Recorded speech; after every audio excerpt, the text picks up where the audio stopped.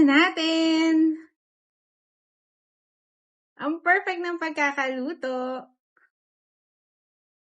At ang lambot slice ha.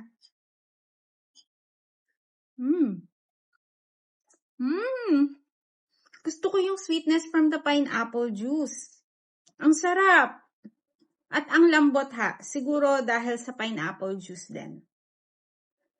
Try nyo na to mga mommies. I'm sure magugustuhan din to ng mga kids nyo. Bye!